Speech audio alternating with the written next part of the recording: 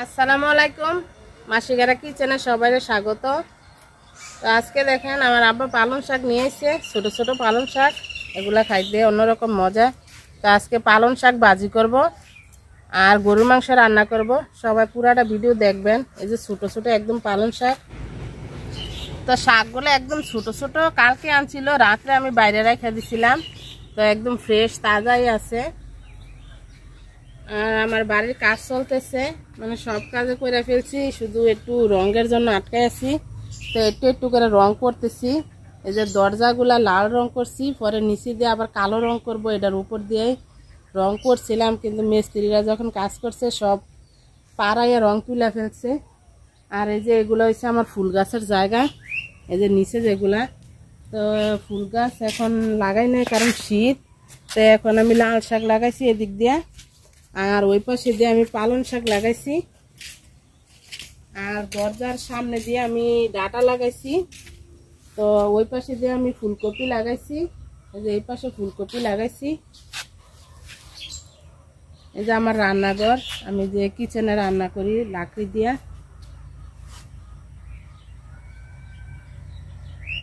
তো শাক কাটতে নিছি। আর শাকের এই যে বাসাগুলা, ময়লাগুলা, এগুলা আমি সবসময় গাছের গোড়ায় দেই। লাউ গাছ বা করলা গাছ গাছের গোড়ায় দিলে এগুলা ভালো। তো এটা গরুর মাংস কাইটটা ধুয়ে আমি পরিষ্কার করে নিছি। তো এখন মশলা বাইটটা নিব। তো জিরা বাইটটা নিব আগে। গরুর মাংস যে রান্না করব শুধু জিরায় বাটবো, কারণ আমার সব মশলা করাই আছে।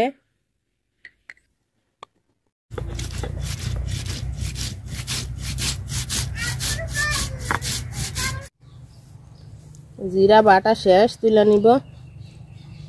মিহিন করে বাইটটা নিছি।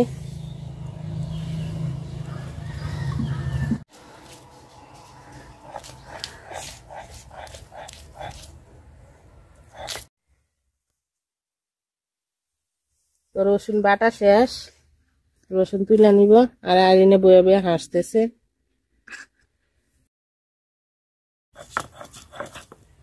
আদাও বাইটটা নিব।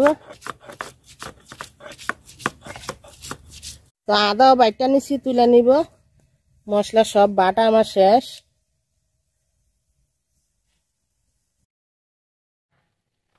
কড়াই বসাই দিছি, পাতিল গরম হয়ে গেছে। এখন তেল দিয়ে দিব। যেহেতু গরু মাংস রান্না করব, তো তেলটা একটু বেশি দিয়ে দিলাম। আর মাংসের থেকে তো তেল উঠবই।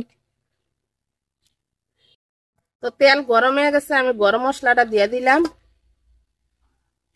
তেজপাতা, এলাচ, দারচিনি সব।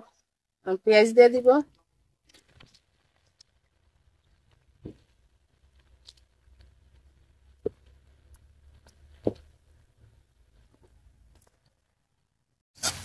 পেঁয়াজটা আমি লাল লাল করে ভাজা নিছি। তো এখন রসুন বাটা, আদা বাটা, জিরা বাটা সব বাটা মশলা দিয়ে দিব। আমি দিয়ে সুন্দর করে ভাজা নিব।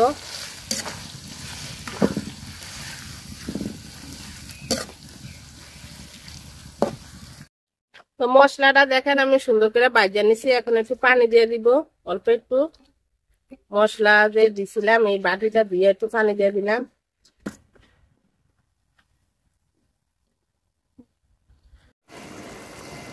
তো গুঁড়া মশলা দিয়ে দিব। এটা হচ্ছে হলুদ গুঁড়া আর মরিচ গুঁড়াও দিয়ে দিব।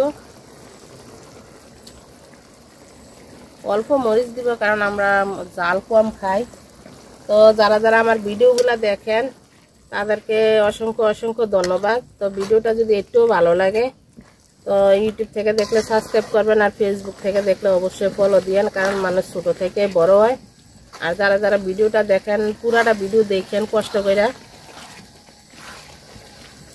আর একটা করে লাইক দিবেন।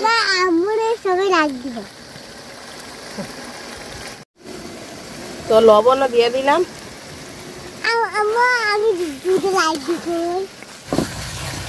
তো মশলাটা দেখেন আমি সুন্দর করে কষাই নিছি।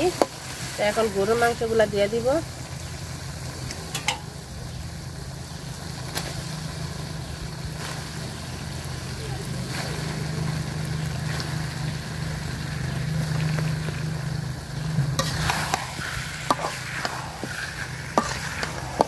এখানে প্রায় 1.5 কেজির মতো মাংস আছে।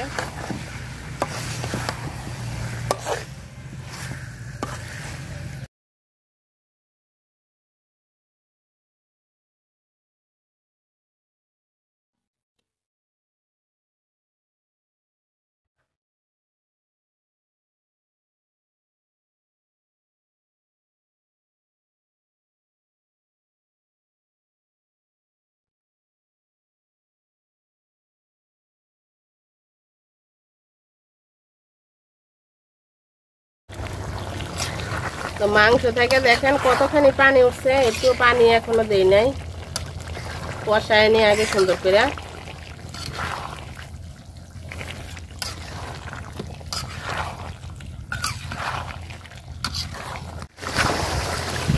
তো মাংসটা আমি সুন্দর করে কষায় নিছি।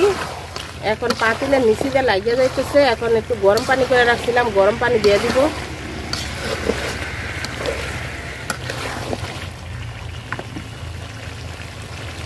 গরম পানিটা দিয়ে দিলাম।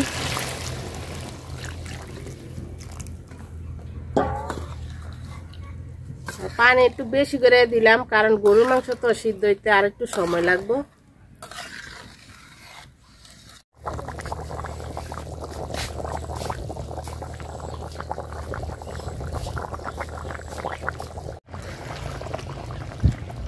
তো তরকারি রান্না আমার হয়ে গেছে। আমি একটু জিরা গরম মশলার গুঁড়া দিয়ে নামাই দিব, শাক রান্না করে নিব।